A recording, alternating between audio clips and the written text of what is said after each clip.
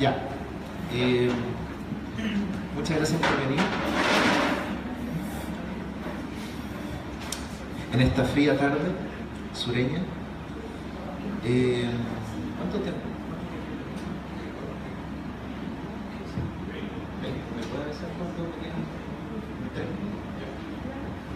Vale.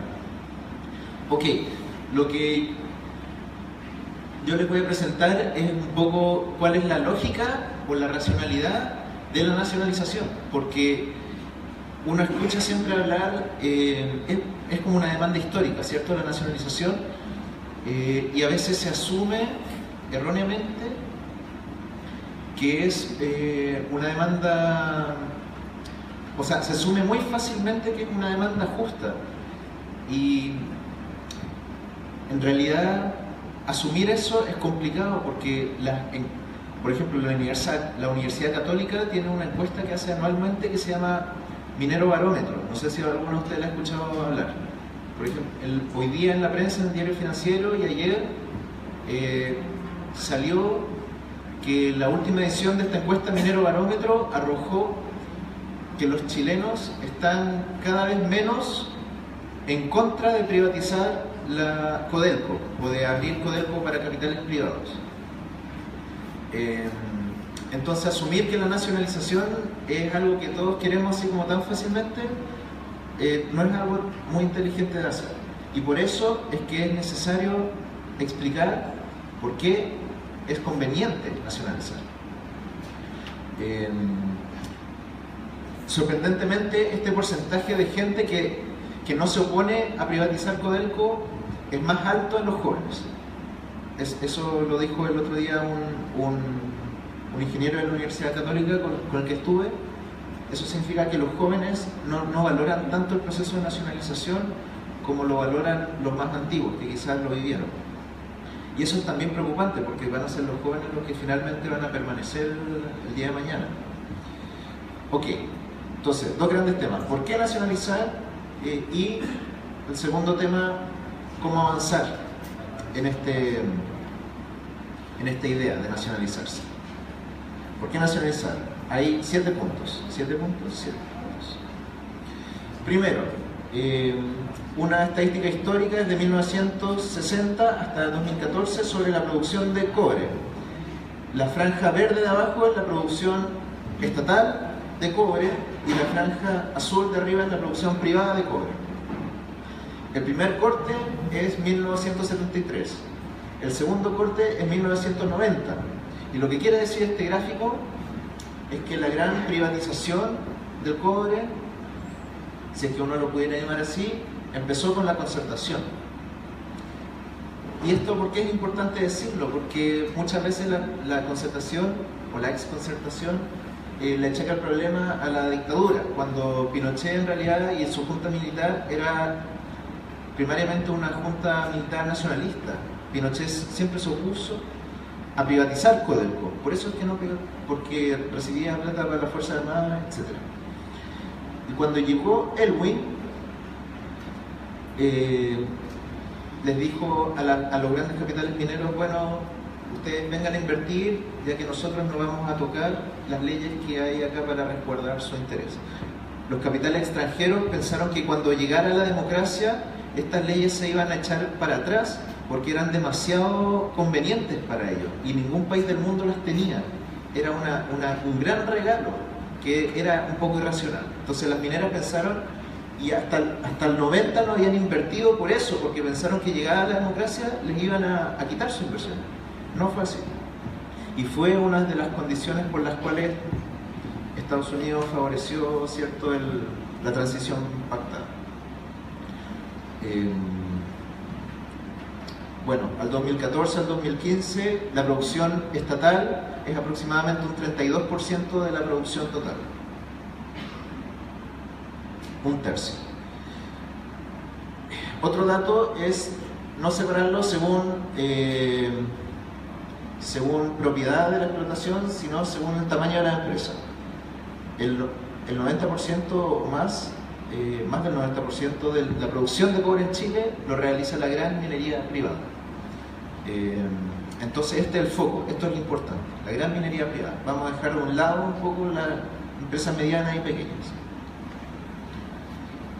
Esta es la participación en la producción del cobre por propietario, separando las empresas privadas, ¿cierto? Para que ustedes se hagan una idea de quién tiene el poder hoy día que otorga el cobre.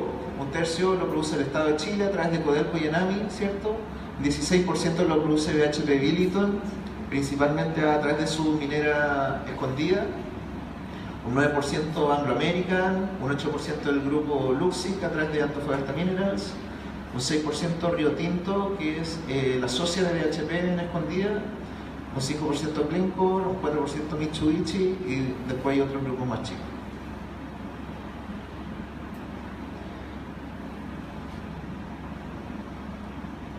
Ok, eso en cuanto a producción. El segundo punto es productividad. Este es un gráfico de un estudio que sacó CLAPES, que es un centro de estudio de la Universidad Católica, el año pasado.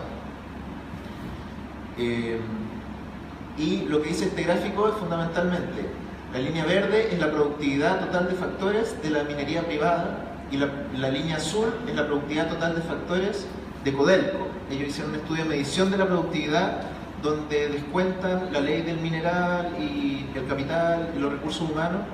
O sea, todas esas variables las dejan aparte y ven cómo se combinan los distintos factores de producción para qué es lo que le llaman productividad total de los factores.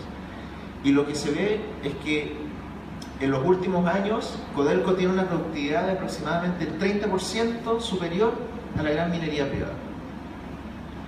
Entonces, los economistas y los políticos, tanto que hablan de productividad, que hay un problema de productividad, que hay que aumentar la productividad, bueno, una manera fácil de aumentar la productividad es pasándole el control y la explotación de la gran minería del cobre al Estado, a Codelco, que es un 30% más productivo que la gran minería privada, descontando las leyes del mineral y todo eso.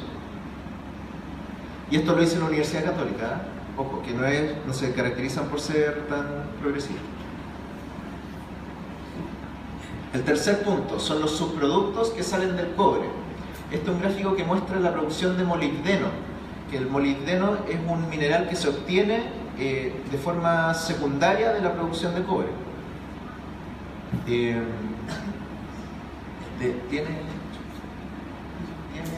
puntero esto.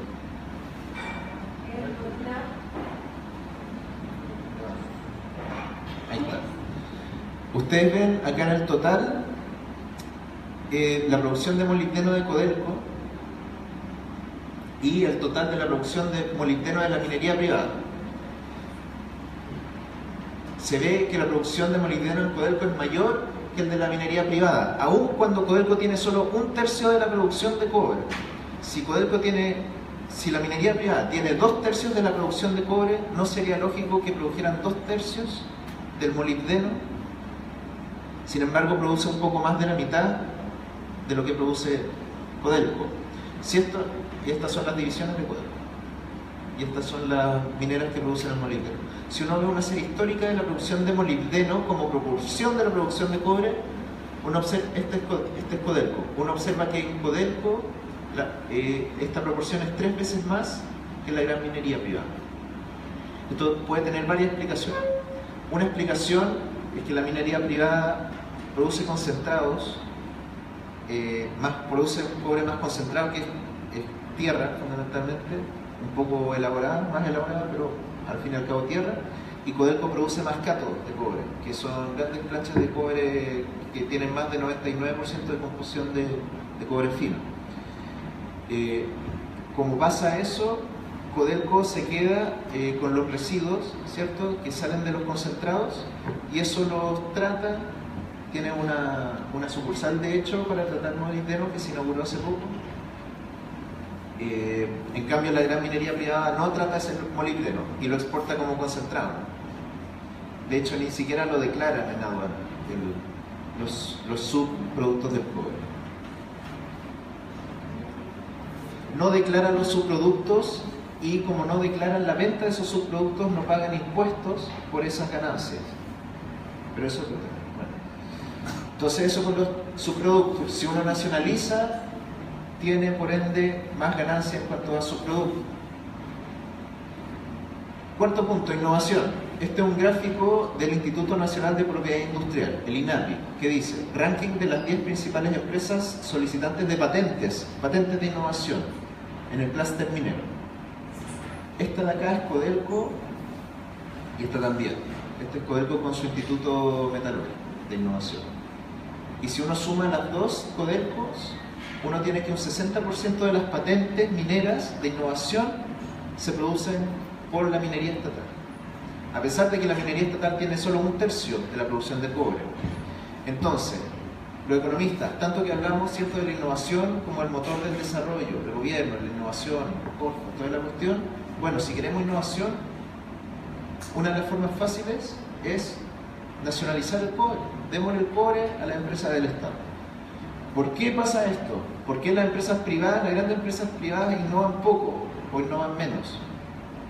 Porque son en general empresas transnacionales y sus centros de innovación, de investigación y desarrollo los tienen en sus países, en sus casas matrices. Entonces, por ejemplo, BHP Billiton hace innovación en minería, pero la hace en Australia. Mitsubishi hace innovación en minería, pero la hace en Japón. Freeport-McMoRan hace innovación en minería, pero la hace en Estados Unidos. Y en Chile no queda ese conocimiento. En cambio, Codelco sí lo hace en Chile. Antofagasta Mineral del grupo Luxit también lo hace en Chile. Es el cuarto punto, innovación. Quinto punto, ¿cómo se relaciona la minería con la manufactura, con la industria? ¿Cierto? Yo soy economista, yo trabajo como investigador en la CEPAL, y la CEPAL es una agencia de desarrollo de las Naciones Unidas para América Latina, y la CEPAL ha tenido históricamente la política de industrializar los países, porque entiende que los países desarrollados llegaron a ser desarrollados porque tuvieron un proceso fuerte de industrialización, que pasaron de la agricultura y de las materias primas a la industria, y hoy día están pasando al sector de servicios, ¿cierto? En Chile y en los países de América Latina ese proceso de industrialización se cortó. En Chile se cortó el año 73. En otros países se cortó un poco antes, por ejemplo Argentina, Brasil se cortó un poco antes y otros países se cortó un poco después, pero en todos estos países el proceso de industrialización se cortó de forma prematura. Hay un economista que se llama Dani Rodrik, que tiene hartos estudios sobre industrialización prematura, ese es el concepto. Otro economista, José Gabriel Palma, chileno, profesor en Cambridge, también tiene varios capítulos y papers sobre el concepto de industrialización prematura. Bueno, este gráfico lo que muestra es lo que le mostraba antes, es lo que le decía antes. En Codelco la proporción de cobre refinado es cercana al 80% y el 20% es cobre concentrado. En la gran minería privada la parte menor es cobre refinado, 40%, y la parte mayor, más del 50%, es cobre concentrado. ¿Y esto por qué es importante para la industrialización? Porque la industria o la manufactura solo puede operar con cobre refinado, no puede operar con cobre concentrado. El cobre concentrado no sirve para nada, siempre se refina en Chile, se refina en China, se refina en Estados Unidos, siempre se tiene que refinar en algún lado. Y bueno, este cobre de acá se refina en China principalmente. Y allá es donde se industrializa. Y por eso es que China crece tanto y tan rápido, porque ellos han hecho una política industrial potente, conducida por el Estado. En Chile, como el Estado es un Estado, ¿cómo es que le llaman? Un Estado cobarde. Es un Estado cobarde, no industrializa el cobre. Esta me lo voy a saltar. El sexto punto es el aporte fiscal de ambos tipos de producción. La línea azul refleja, bueno, el gráfico mide aporte de recursos al Estado por tonelada de cobre explotado entre el 2005 y el 2014, y estos son miles de dólares por tonelada métrica de cobre fino. Entonces, se tiende a comparar, me voy a parar mejor porque no veo a todos. Se tiende a comparar en la prensa que Codelco casi no entrega recursos al Estado y que la minería privada entrega más recursos que Codelco, o que entregan los mismos recursos. pero se tiene que considerar siempre, y ustedes siempre que vean esa noticia, que es muy frecuente en el Mercurio y en el Diario Financiero, piensen que Codelco produce solo 1/3 del cobre y aporta la mitad de los recursos. Entonces lo que hay que comparar es cuánto aportan por tonelada de cobre explotado. La línea azul es lo que aporta Codelco y la línea negra es lo que aporta la minería privada. En estos años, que fueron los años del boom del precio del cobre, que llegó casi a $4 la libra, Codelco aportaba 3 veces lo que aportaba la minería privada a las arcas fiscales. Cuando el precio del cobre baja, esta relación tiende a moderarse, ¿cierto? Y acá si uno hiciera 2015-2016, estarían prácticamente igual. Con Codelco produciendo solo 1/3 y la minería privada produciendo 2/3, acuérdense de eso. Y el último punto es la rentabilidad. Este es un gráfico de los 10 grandes sectores productivos de Chile: agricultura, pesca, minería, manufactura, electricidad, construcción, comercio, transporte, servicios empresariales, servicios de vivienda, servicios personales y administración pública. Y las barras son la tasa de ganancia para, como en términos de economía marxista, que es el excedente de explotación sobre el valor total de la producción en cada sector. Y esta línea de puntos es el porcentaje o la proporción que se lleva a cada sector de las ganancias totales empresariales en Chile. La minería entre el año 2008 y 2012 tuvo una tasa de ganancia de 118%. O sea que por cada peso de venta recuperaba lo mismo y 18% más. Fíjense todos los otros sectores: 20%, 37%, 33%, 24%. Solo en la vivienda es mucho más alto, que estos son los rentistas que compran departamentos con crédito hipotecario, compran 20 departamentos con crédito hipotecario y lo arriendan, y en 10 años tienen los departamentos gratis y siguen ganando plata. Pero los servicios de vivienda y la minería son sectores rentistas, no son sectores capitalistas. Podríamos decir que son precapitalistas. Y la minería se deja el 24% de todas las ganancias del país.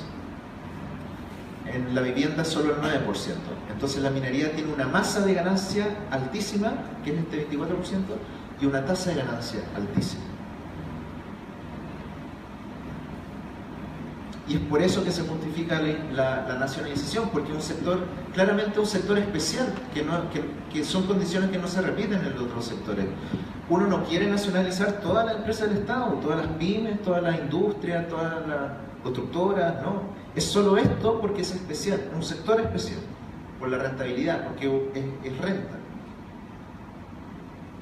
Ok, ¿cuánto me queda? 3 minutos.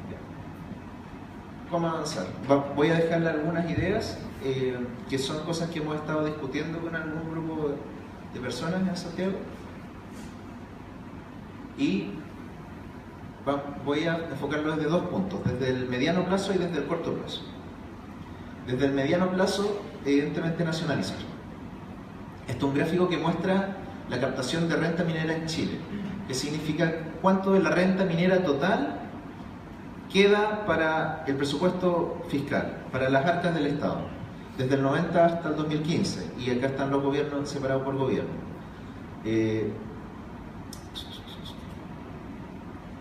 Ustedes ven, bueno, no es importante lo otro, que ahora está en un 10% más o menos. Si uno extendiera este gráfico al 2016 sería más o menos un 10%, porque va bajando. ¿Qué significa esto? Que el 10% de las rentas de la minería, de toda la minería, están siendo captadas por el Estado. Si es que se nacionalizara hoy, esto implica que pasaríamos de tener el 10% de la renta a tener el 100%, o sea, multiplicar por 10 el ingreso derivado del cobre. Si Codelco el año pasado entregó aproximadamente 800 millones de dólares del presupuesto público, esto implica que nacionalizar permite tener 8.000 millones de dólares, ¿cierto? Porque multiplicarlo por 10. 8.000 millones de dólares fue lo que recaudó la reforma tributaria, la última reforma tributaria, 8.300 millones de dólares, que es más o menos un 3% del PIB, 3,05% del PIB.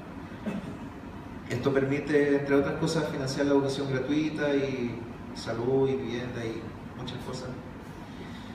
Pero lo relevante es que esta recaudación de 800 millones de dólares se logra con los precios del cobre a este nivel, a este bajo nivel.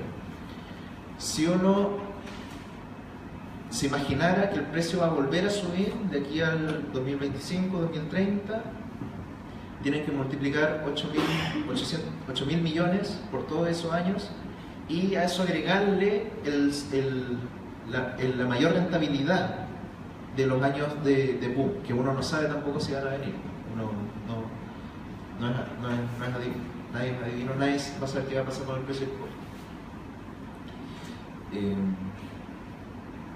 Desde el punto de vista legal, para nacionalizar hay dos opciones. Primero la expropiación, como proponía Alberto Mayol, ¿cierto? Pero Mayol solo proponía expropiar según los mecanismos que hay hoy día. Los mecanismos que hay hoy día están establecidos en la Ley Orgánica Constitucional de Concesiones Mineras. Y ese mecanismo dice que si el Estado quiere expropiar las mineras, tiene que pagarle el valor de la infraestructura de las mineras más el valor de los minerales que tiene el yacimiento. Y eso es una cantidad de plata exorbitante y estúpida. Y el Estado no puede pagar esa plata porque los yacimientos son propiedad del Estado, por la Constitución. Creo que el artículo 9 que dice eso. No me acuerdo el número del artículo. Pero los yacimientos minerales son propiedad del Estado. Y una forma de expropiar sin pagar esa monstruosidad de dinero es reformar la Ley Orgánica Constitucional de Concesiones Mineras, para lo que se necesitan 3/5 del Congreso. Estas son las leyes orgánicas constitucionales que hay en Chile. Estos son los años de modificación de cada una de las leyes. Y adivinen cuál es la ley que no ha tenido ninguna modificación desde acabada la dictadura. La Ley Orgánica Constitucional de Concesiones Mineras, que paradojalmente fue escrita por José Piñera, el mismo que hizo el sistema de pensiones y el mismo que hizo el plan laboral. En su última columna que escribió José Piñera dijo que si se tocaba esta ley se acababa el Estado. Esto es lo que le importa al gran empresario de Chile. Esto. Bueno, el segundo mecanismo es una nacionalización, que constitucionalmente no existe el mecanismo para hacer esto y se requeriría una reforma constitucional, que son 2/3 del Congreso. Allende lo que hizo fue hacer una reforma constitucional para nacionalizar. Y esto es lo que había que hacer, a través de una nueva constitución, de una asamblea constituyente o a través de una reforma nueva, con el Congreso que hay hoy día. Uno puede evaluar la factibilidad política de esto. Yo creo que más que estoy en el tiempo, ¿cierto?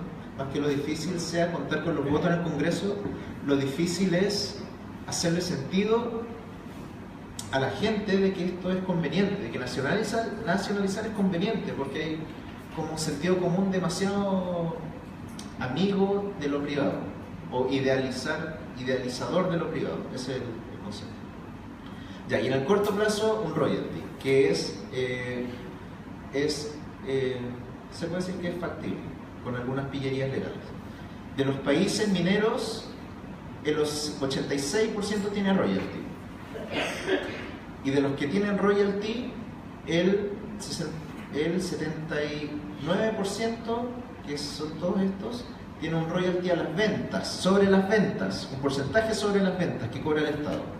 Un 21% tiene un porcentaje sobre las utilidades. En Chile, a lo que mal se le llama royalty, es un impuesto específico a la minería que se cobra sobre las utilidades. Entonces, lo que hacen las empresas mineras es que declaran ventas bajo lo que en verdad venden y declaran costos sobre lo que declaran más costos de los que de verdad tienen, y así disminuyen la utilidad. Y como disminuyen la utilidad, el impuesto que pagan, que es una proporción de las utilidades, es bajo. Los países saben esto y por eso le ponen royalty a las ventas. Esto es una historia que quizá las podemos conversar otro día. Es interesante igual cómo se llegó al impuesto que tiene Chile hoy.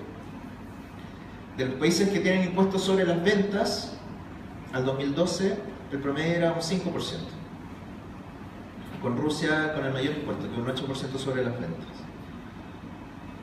Entonces, proponer un royalty de al menos un 5% no es nada descabellado, no es nada del otro mundo, es el promedio de los países que tienen este mecanismo.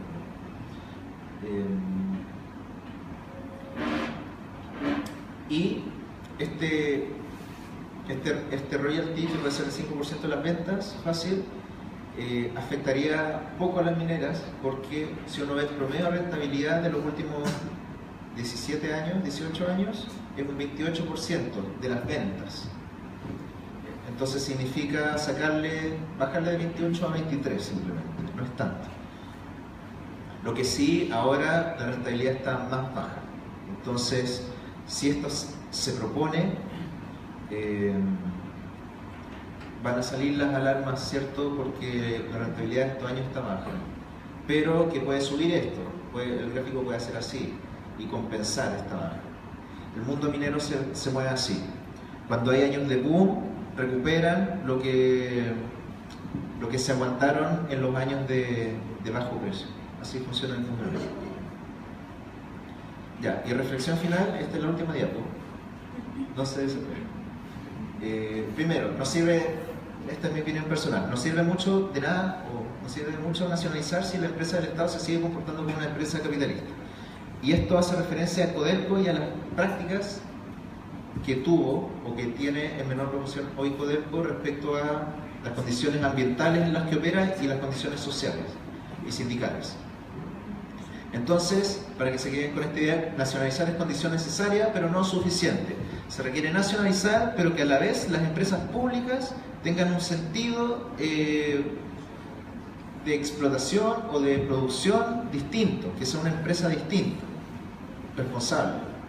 El segundo punto, no basta con la propiedad, se requiere también control. ¿Qué significa esto? Que hoy día el directorio de Codelco, por ejemplo, es elegido mediante mecanismos de alta dirección pública. Eso significa que no necesariamente están sujetos al control democrático. Y una idea que se puede plantear, que no se ha planteado en Chile, pero que existe en otros países, es incorporar miembros del directorio, stakeholders se llaman, que vengan del mundo social a las empresas públicas y que sean capaces de controlar lo que pasa al interior de las empresas públicas, de manera que no haya favores políticos, de que no se beneficien amigos y familiares, etc. En tercer lugar, se requiere avanzar en la propiedad comunitaria de las empresas que vinculen la operación de la empresa con el medio local. Entonces, por ejemplo, empresas mineras de propiedad de gobiernos regionales, esa puede ser una idea, porque las empresas públicas hoy día en Chile son del Estado. Por ejemplo, el Metro de Santiago es una empresa del Estado, pero ¿qué le importa a Concepción el Metro de Santiago? Esa empresa debería ser una empresa de la región, del gobierno regional. Así, al mismo tiempo, las empresas mineras que están en Antofagasta, que están en Rancagua, qué sé yo, que están en la quinta región, podrían ser empresas regionales. No tienen para qué ser empresas del Estado. Ahora sí, eso podría causar un problema porque los recursos de estas mineras no estarían llegando a las demás regiones, y eso se puede solucionar con un royalty que facilita la redistribución de los excedentes. Entonces acá hay una frase que dice de la nacionalización a la regionalización, pero para descentralizar es necesario primero que el Estado tome posesión de los yacimientos, de las operaciones privadas en la minería. Eso sería mi presentación. Gracias.